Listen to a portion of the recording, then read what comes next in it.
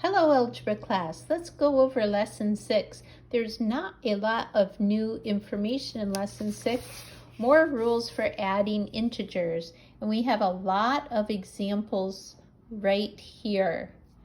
Let's just go over the rules again. When we have different signs, we find the difference. 7 minus 3, which is 4. The larger number is positive, so that would be a positive.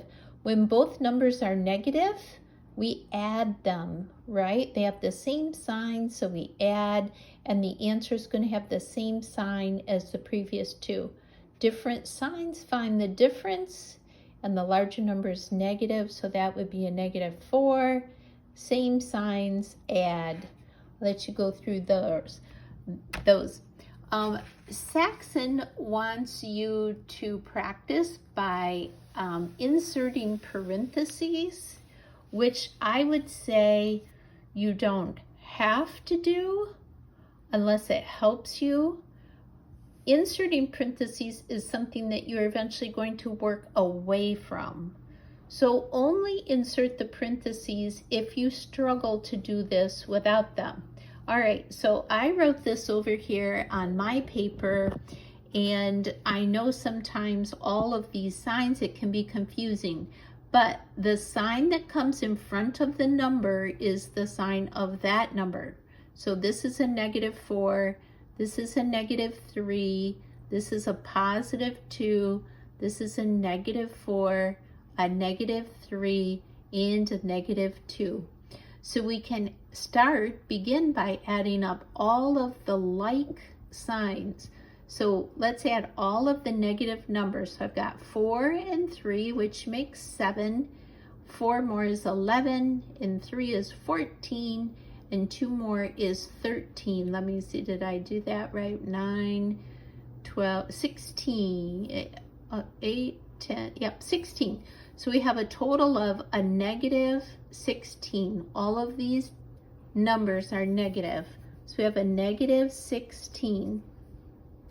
Now we go through and we add up all of the positive numbers. Well, there's only one, it's +2. These two have different signs, we find the difference. 16 minus 2, that's right, because it's a difference. So take the bigger 16 minus 2, which is 14.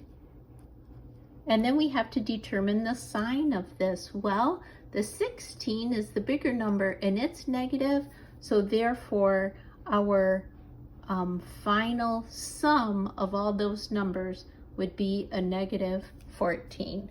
So again, only add the parentheses if you really get confused doing it without.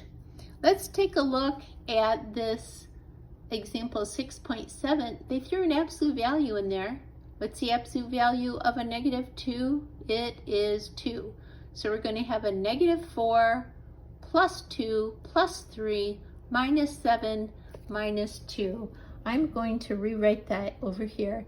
-4 +2 +3 -7 -2. I'm going to use the same technique I did here. I'm going to add up all my negatives. 4 and 7 and 2 make 13. Those are all my negatives. Add up my positives.